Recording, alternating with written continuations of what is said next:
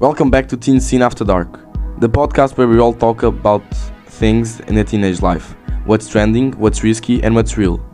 I'm Alex, your host, and today we're diving into a topic that's sparking a lot of conversations. Teenagers sneaking into nightclubs with fake IDs. Joining me today are two of my favorite co-hosts, Jamie and Taylor. What's up, guys? Hey Alex, super excited to get into this one. I feel like we're peeling back the curtain on something a lot of people know about but don't always talk about. Same here. This topic hits close to home. Let's just say I've heard some stories about friends of friends pulling this off. Right? It's one of those things that's both fascinating and a little concerning. So, let's set the stage. These days, more and more teens are using fake IDs to get into nightclubs. Why do you guys think this trend is growing so much? I think it's a mix of things. For starters, teenagers are always looking for ways to push boundaries. Nightclubs are seen as the ultimate adults' playground. Music, dancing, drinks, the whole vibe. It's like a forbidden world they want to experience. Totally agree. And social media amplifies that. You see influencers or even older classmates posting about these glamorous night outs. Neon lights, cocktails, the whole I'm living my best life aesthetic. Teens see that and think, I want to be part of that too. Yeah, fear of missing out is real. And let's not forget about peer pressure. If one friend gets a fake ID and successfully gets into a nightclub, it's like a domino effect. Everyone wants to try it. Exactly. It's this mix of curiosity, social pressure, and wanting to feel grown up. Let's talk about the fake IDs. Because, let's be honest, they've gotten so good. Oh, absolutely.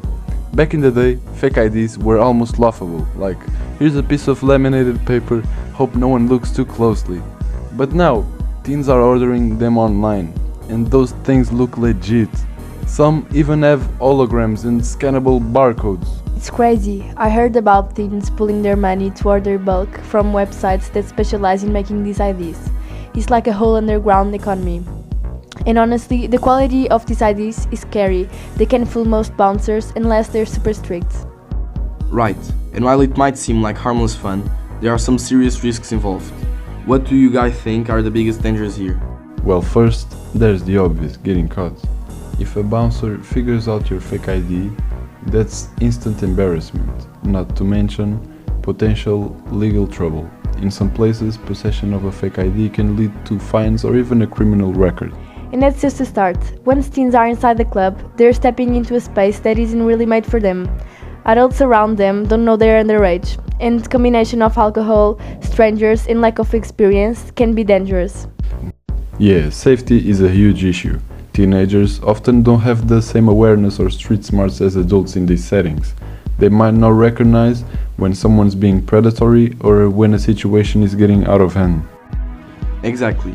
And then there's the fact that they're putting club staff in a tricky position too. If a club gets caught letting in underage people, they can face fines or even lose their licenses. It's a ripple effect. But here's the thing, it's not just about blaming teens.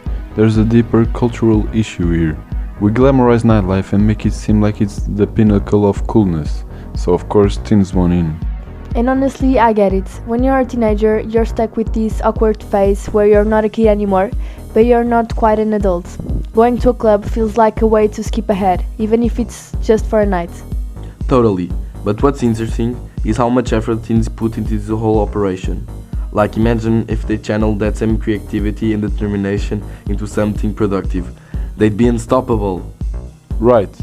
If you can coordinate an online fake ID order, you can definitely crush a group project or start a side hustle. Exactly. But let's get back to the bigger picture. How do we, as a society, address this? It's not like we can just snap our fingers and make teens stop wanting to grow up too fast. Well, I think it starts with communication. Parents, teachers, older siblings, they all need to have to open up. Honest conversation with teens. Not just don't do this, but here's why it's risky and here's why waiting isn't such a bad thing. Yeah, it's all about building trust. Teens are way more likely to listen if they feel like you're talking with them, not at them. Maybe we need to rethink how we market adulthood. Instead of making it look like this endless party, let's highlight other aspects like independence, responsibility, and the freedom to make your own choices. That's such a good point. And for any teens listening, clubs will still be there when you are of age. Trust me, the experience is way better when you don't have to look over your shoulder all night. For sure. Plus, there are so many other ways to have fun and feel grown up without sneaking into a club. Find your thing, whether it's a hobby, a sport, or hanging out with friends in safer spaces. And remember, there's no rush to grow up. Enjoy where you're at. It's a phase of life, and you'll never get back. Well said, guys. Alright, that's all the time we have got for today. If you enjoyed this episode, don't forget to subscribe, leave a review, and share it with your friends. Stay smart, stay safe, and we'll catch you next time on Teen Scenes After Dark. Bye Bye everyone!